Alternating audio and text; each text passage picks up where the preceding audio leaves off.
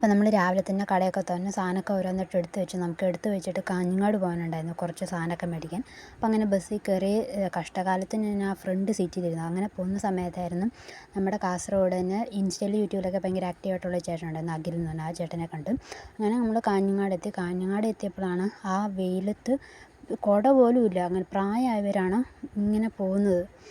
സമ്മതിക്കണം അവരെയൊക്കെ. എനിക്ക് തന്നെ ആ ബസ്സിൽ ഇരുന്നിട്ട് എനിക്ക് വെയിലടിച്ചിട്ട് വയ്യ, ഇവരെയൊക്കെ സമ്മതിക്കണം ആ വെയിലത്തൂടെ.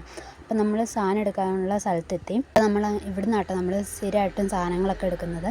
അപ്പോൾ നമ്മളവിടെ ഏതൊക്കെ സാധനം എടുക്കേണ്ടതെന്നൊക്കെ നോക്കി അതൊക്കെ പാക്ക് ചെയ്ത് ബാഗിനകത്ത് കയറ്റി വെച്ചു.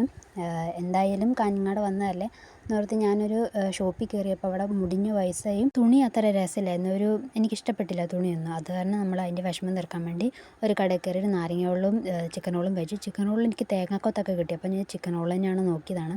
അതൊക്കെ കഴിഞ്ഞ് നമ്മൾ മാലക്കലോട്ട് ബസ് കയറി.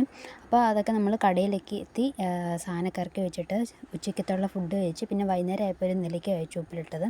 അതിലാണെങ്കിൽ ഉപ്പ് കൂടുതലായിരുന്നു, എരിവ് കുറവുള്ള വീട്ടിൽ തന്നെ ഉണ്ടാക്കിയതായിരുന്നു. അതൊക്കെ കഴിഞ്ഞ് നമ്മൾ വീട്ടിൽ പോയി. അപ്പോൾ ഓക്കെ, ബായ്.